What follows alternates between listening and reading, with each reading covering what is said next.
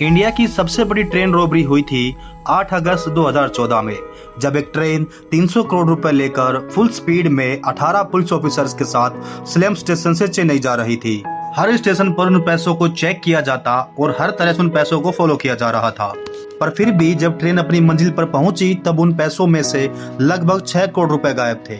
पूरी Indian police और agencies हैरान थी कि आखिरकार चलती हुई ट्रेन से इतनी हाई सिक्योरिटी के बावजूद भी कोई कैसे इन पैसों को चुरा सकता है। कुछ लोग पुलिस वालों पर शक कर रहे थे तो कुछ लोग ट्रेन के स्टाफ पर शक कर रहे थे। हर तरह से सबसे पूछताछ किया गया और हर तरह से उन पैसों को ढूंढा गया, पर कुछ भी उन पैसों के बारे में नहीं पता चला। आखिरकार 2 साल के बाद नासा के L1 से उन चोरों को पकड़ लिया गया। आखिर किसने की थी है चोरी और चलती हुई ट्रेन से पुलिस वालों की निगरानी में आखिर कैसे उन्होंने पैसे ये चुराए थे, आइए जानते हैं।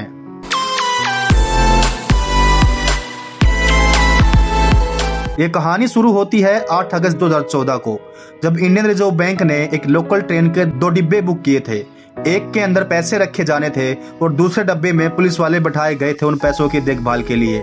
ट्रेन के रवाना होने से 2 घंटे पहले उन पैसे को ट्रेन में लोड किया गया। वैसे तो वह पैसे बॉक्सेस के अंदर बंद रखे गए थे, पर उन बॉक्स के ऊपर इंडियन बैंक का मोहर देखकर पूरा स्टेशन समझ गया था कि इस बॉक्स के अंदर पैसा, सोना, चांदी या कोई कीमती सामान रखा गया है। 2 घंटे के बाद रात 9 बजे वह ट्रेन रवाना होनी थी और उसे सुबह 5 बजे चेन्नई स्टेशन पहुंचना था।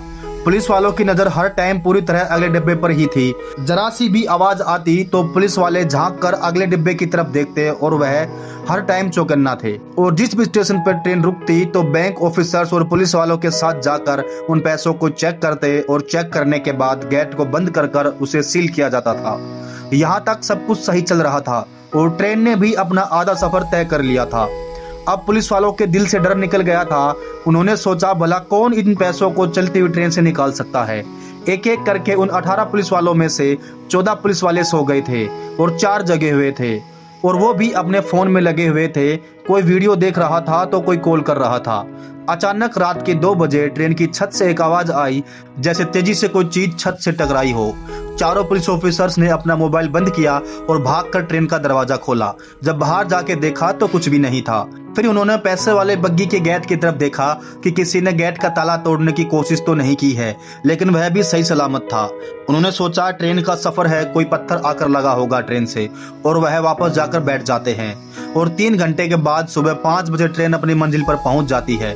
सभी मुसाफिर जाने के बाद बैंक के अफसर और पुलिस वालों ने बग्गी का ताला खोला और जैसे उन्होंने ताला खोला तो वह हैरान रह गए।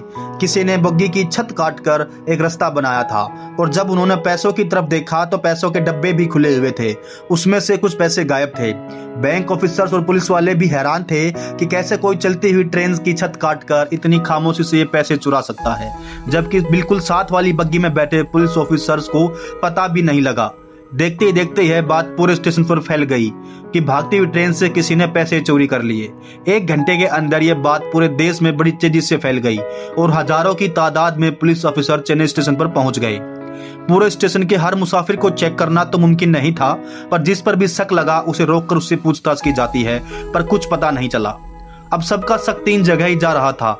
या तो ट्रेन स्टाफ मिला हुआ था चोरों से, या फिर मुसाफिरों में से कोई चोर था, या फिर 18 पुलिस वाले इन पैसों की निगरानी में जो बैठाए गए थे उन्होंने ही मिलकर ये पैसे चुरा लिए। क्योंकि किसी के दिमाग में भी यह बात नहीं थी कि कोई चलती हुई ट्रेन में चढ़कर उसकी छत काटकर इतनी आसानी से पैसे ले जा सकता है। उन 18 पुलिस ऑफिसर्स के साथ साथ 2000 से भी ज्यादा लोगों से पूछताछ किया गया और जितने भी मुसाफिर ने उस दिन ट्रेन में सफर किया था उन सब की कॉल रिकॉर्ड चेक किए गए और बैंक अकाउंट, उनकी फैमिली के बैंक अकाउंट को भी चेक किया गया।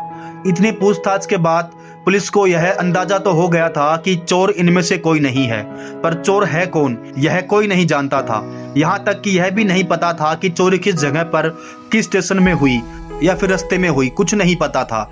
इस चोरी के रिलेटेड कोई भी सुराग नहीं मिल रहा था। यहाँ तक कि 2 साल तक यह केस चलता रहा। हर तरह से उन चोरों को ढूंढा गया पर कुछ भी हासिल नहीं हुआ। आखिरकार इंडियन गवर्नमेंट ने नासा से कांटेक्ट किया और उनसे सारी बात बताई और उनसे रिक्वेस्ट किया कि सैटेलाइट की मदद से देखकर बताए कि चोरी एग्जैक्टली हुई कहां है। नासा ने सदर सैटेलाइट से देखकर बताया कि चोरी विरुद्धाचलम स्टेशन के करीब हुई है। आखिरकार 2 साल के बाद कुछ तो पता चला और यह पुलिस के लिए एक बहुत बड़ी हेल्प थी। पुलिस ने विरुद्धाचलम स्टेशन के पास उस रात जितने भी फोन थे उन सब का डाटा निकलवाया। हजारों नंबर सामने आए। लगातार 7 दिन तक पुलिस वालों ने उन नंबर के डाटा को चेक किया और हजारों नंबर में से एक नंबर ऐसा था जिस पर पुलिस को शक था, जिसका नाम मोहन सिंह पारधी था, जो कि एक जाना माना डाकू था और जो कई केसों में पहले भी जेल जा चुका था। इसका उस टाइम वहां होना अभी पुलिस को खटका, तो पुलिस ने फौरन ही मोहन सिंह के फोन का कॉल हिस्ट्री निकाला। उसके फोन में 8 नंबर ऐसे सामने आए जिसे मोहन सिंह ने रात 11 बजे से लेकर सुबह 4 बजे तक कॉल किए थे। 70% पुलिस को शक हो गया था कि यह चोरी इसी ने की होगी या फिर यह चोरी में शामिल होगा। मोहन सिंह को ढूंढा जाने लगा। 3 दिन के बाद मोहन सिंह को उसके दोस्त के घर के अंदर से अरेस्ट किया गया। पहले तो उसने मानने से इनकार किया कि यह चोरी उसी ने की है, पर बाद में उसने मान लिया था कि यह चोरी उसने अपने 8 दोस्तों के साथ मिलकर की है। उन्होंने बताया कि वह 8 दोस्त पहले तो किसी तरह ट्रेन पर चढ़े और फिर आराम से ट्रेन की छत पर चले गए ताकि किसी को आवाज न आए। उन्होंने गैस कटर की मदद से छत काटा और एक बंदा ट्रेन के अंदर घुसकर 6 करोड़ रुपए चुरा लाया और ये इंडिया की तारीख की सबसे बड़ी ट्रेन रॉबरी थी। आज का हमारा वीडियो इतना ही था। अगर आपको हमारा वीडियो पसंद आया हो तो वीडियो को लाइक और चैनल को सब्सक्राइब करना न